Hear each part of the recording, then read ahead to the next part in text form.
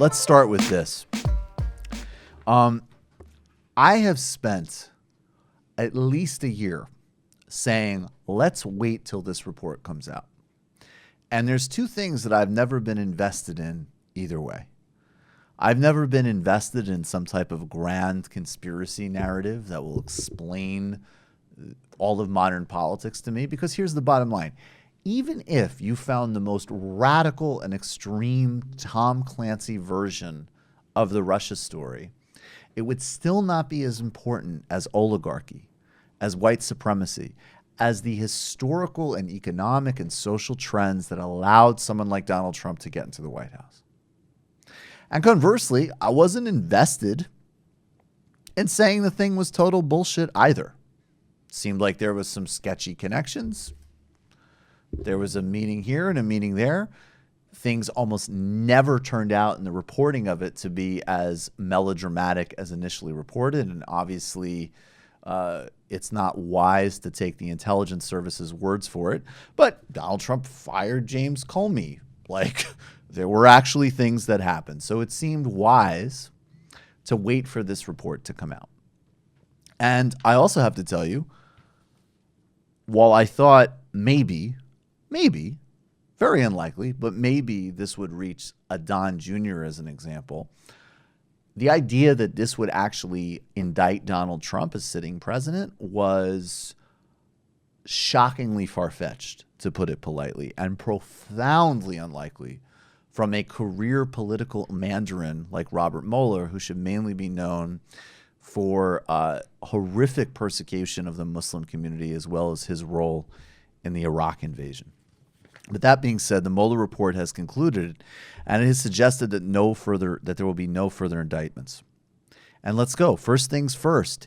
Here's Bernie breaking down what everybody, whether you're on the left Russia skeptic, or certainly if you're on some type of resistance lane, and if you're just an American who wants to know where all your money and time went into, this is what all of our perspectives should be. Before I begin my remarks, I want to mention to you what I think what most of you already know is that the Bob Mueller investigation was submitted to the Attorney General. Now, I haven't read the report yet. It hasn't been made public. I think I have something in my email box right now. We're reading it after this. But what I know is that it is a summary of the report. Well, I don't want a summary of the report. I want the whole report, because nobody, especially this president, is above the law. Absolutely. And even as we rightly dunk and mock the intelligence services, Democratic leadership, and Rachel Maddow and all these other figures, we need to demand it be fully released. And we also need to be just as attentive to all of Trump's authoritarian tendencies that he is going to work this story into to delegitimize any debate and questioning of his regime.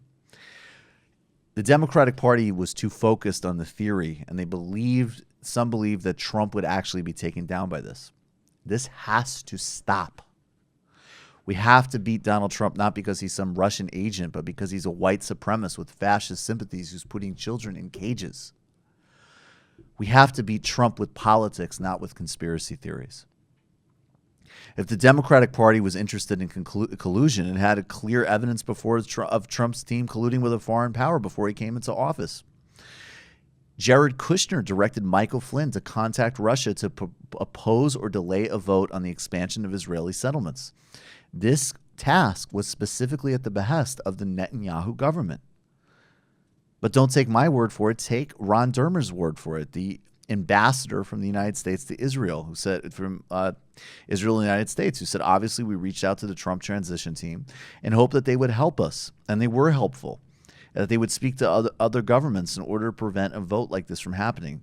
Now, that sounds something like collusion to me. The Democrats have gone so hard on this theory that Trump is Putin's puppet that it's overshadowed the wealth of evidence that Trump has governed and ran his campaign in a criminal manner. There was such hope that some blockbuster conspiracy would be uncovered that would whisk us all back in normalcy if we just supported the FBI and the intelligence services. Bernie shows us the way here in that clip we just saw. Release the damn report. And I have no doubt if you release the damn report, it will show many embarrassing things about Donald Trump. And I also have no doubt, as Taibbi and I get to later, that if you framed it as a broader conversation about oligarchy and corruption in Washington, well, it would humiliate, maybe even put Donald Trump in jail, but it would also humiliate and maybe put lots of other political leaders in jail, or at least greatly diminish their careers. We also need to be profoundly suspicious of empowering the FBI and Justice Department over democracy. Look at Brazil. If you empower an unelected branch of government, it can be used to subvert democracy and will inevitably used to attack the left. Democracies are complicated, and Democrats need to reckon with Trump's victory and not make the same mistakes of 2016.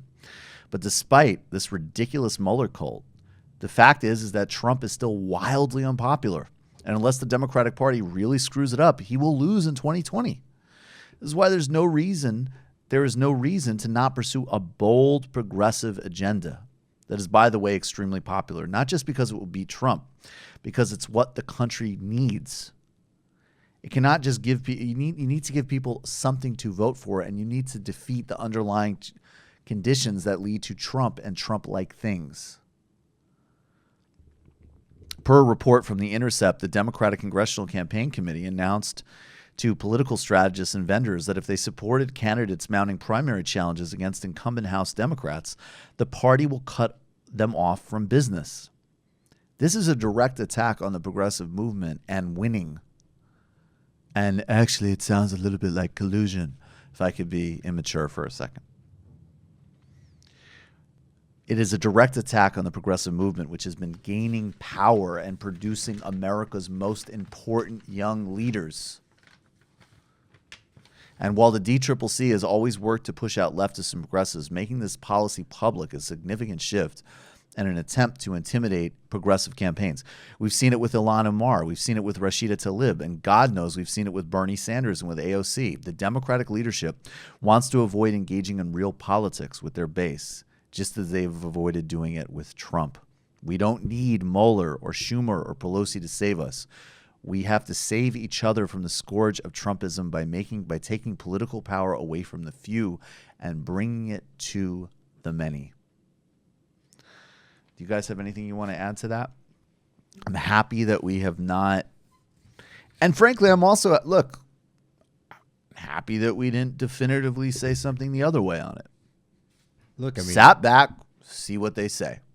But now if it's like, well, wait till the fifth Mueller report. And by the way, I just have to say, this does not cover New York Southern District or emoluments cases or any number of other potential massive corruption about Donald Trump. And in fact, if you just came out of the gate and said this motherfucker is almost certainly corrupt, great. That would have been a far more, and frankly, I'm much more disturbed and interested in the relationship between the Trump and the Mercers than the Russians.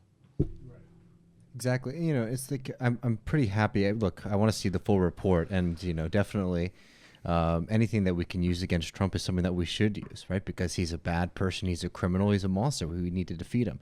Right. But this kind of escapist fantasy that's been going on for so long has been so bad, not only because it's sort of made people miss the ball and not pay attention to what's really going on, it's also has made people not reckon with the fact that Trump is very much an American product. He's very much something that is of this country, and this whole idea that, Russia was, behind the discord in this country. It's like, no, the country is divided because we are at a very Russia created the Ferguson police. Yeah, exactly. Russia created more inequality than the medieval ages. I mean, it's ridiculous. Russia created the college admissions scandal. Russia created, every social pathology and economic inequity and racial injustice, of which, again, this is just history, the modern Democratic Party has been a willful co-pilot on. Russia didn't force Bill Clinton to sign welfare reform. Russia didn't force Joe Biden to destroy bankruptcy laws across this country.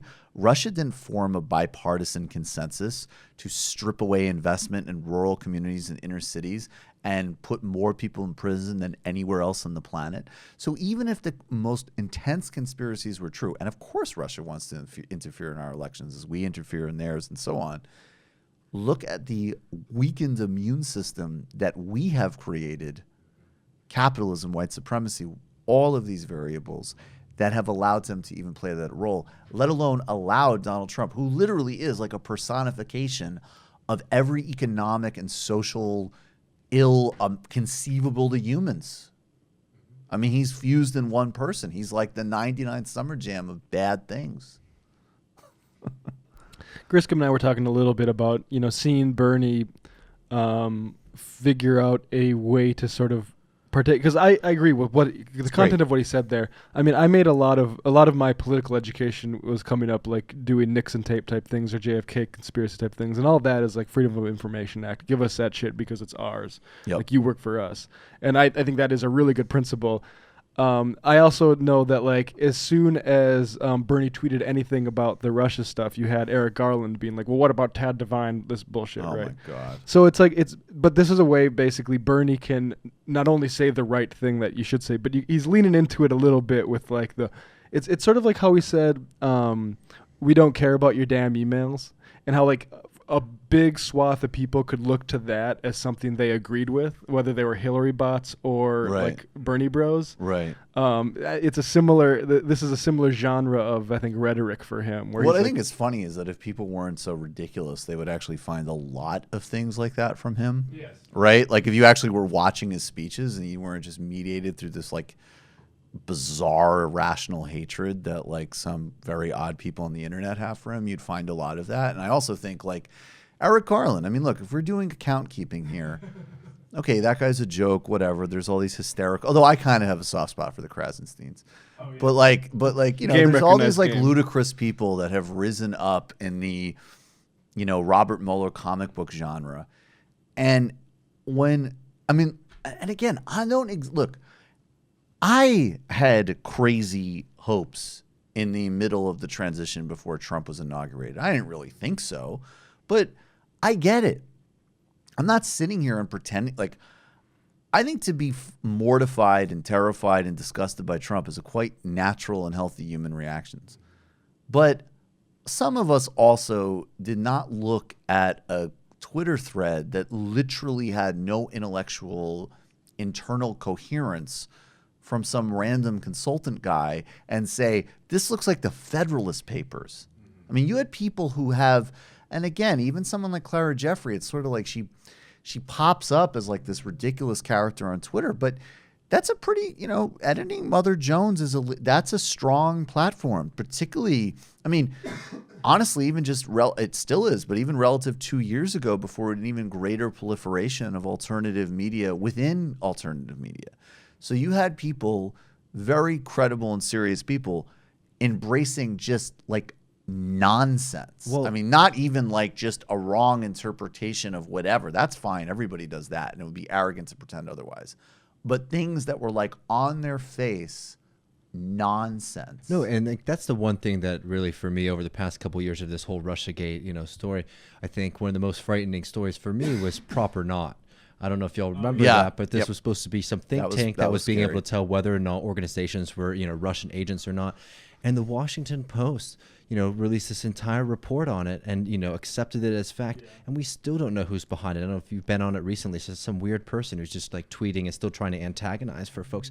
And there's still people who believe in this organization, even though it's been thoroughly discredited. And that's something that's been very frightening to me, is to see smart people look, because there's always going to be loonies. There's also always going to be people who I disagree with. But smart people whose intelligence I respect, who've been able to be wrapped up because they really wanted to believe in this story, has been very frightening for me, just generally politically. And that's the impulse to question. That's the impulse to question. Like literally, our only saviors are ourselves. Mm-hmm, exactly. With each other in solidarity. Like there's no magical escape. There isn't the Deus Ex Machina device for this. This is real life. You've just watched a Michael Brooks show video, and you can watch all of our full main live shows every Tuesday night at around 7 p.m. Eastern Time, and subscribe to get all of the clips you want. We're covering the globe. We're focusing on international relations, the intellectual dark web. We're having fun. We're doing deep dives with a lot of amazing guests. Of course, become a patron for the whole thing at patreon.com/TMBS, or subscribe to this YouTube channel and help us keep growing and get that content out there. Subscribe below.